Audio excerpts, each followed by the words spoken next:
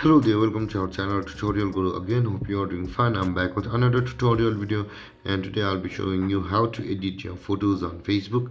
And now without further ado, let's dive right into the video. But before that, don't forget to like, subscribe and hit that bell icon for more videos.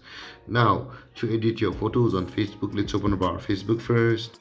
And after opening our Facebook, to edit a photo on Facebook, first we will need to upload a photo on Facebook. To upload a photo on Facebook, let's tap on what's on your mind over here on your screen. After tapping over there, you can see the photo or video option available over here. At the first, tap in the photo or video, and after that scroll down to choose your photo, and let mine be this one.